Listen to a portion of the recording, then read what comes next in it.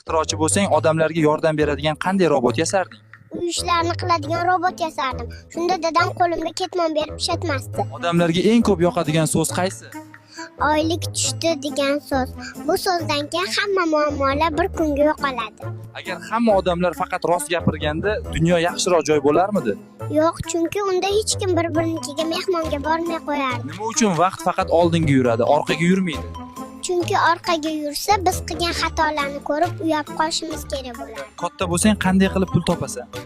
Ilm o'rganaman, o'qiyman, shunda pulning o'zi keladi meni oldimga. Nima uchun biz kechasi uxlashimiz kerak?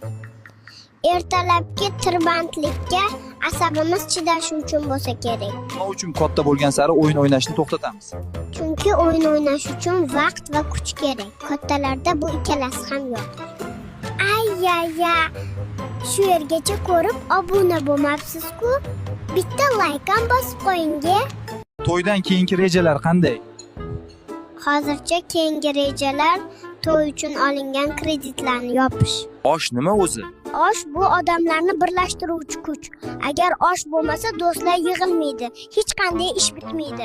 Kredit nima degani o'zi? Kredit bu sizda yo'q pulga yangi iPhone olish. Keyin bir yil o'sha telefonga qarab xafa bo'lib yurish degani. San'at nima o'zi? San'at bu men devorga chizgan narsam. Agar chiroyli chiqsa talant, agar xunuk chiqsa zamonaviy san'at deyiladi. Probka nima o'zi?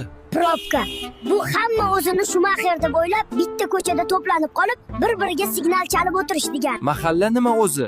Mahalla bu sizning uyingizda nima bo'layotganini sizdan oldin bilishadigan joy. Sun'iy intellekt nima? Bu men. Men o'tiribman, gapiryapman. Siz esa buni shunchaki tomosha qilyapsiz.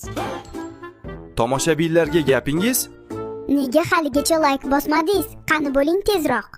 Hey, nima qilyapsan bu yerda Tomda? Internetni o'chiryapman. Oyim bizga ovqat qilmasdan faqat TikTokda o'tiribdilar. Qornim ochdi.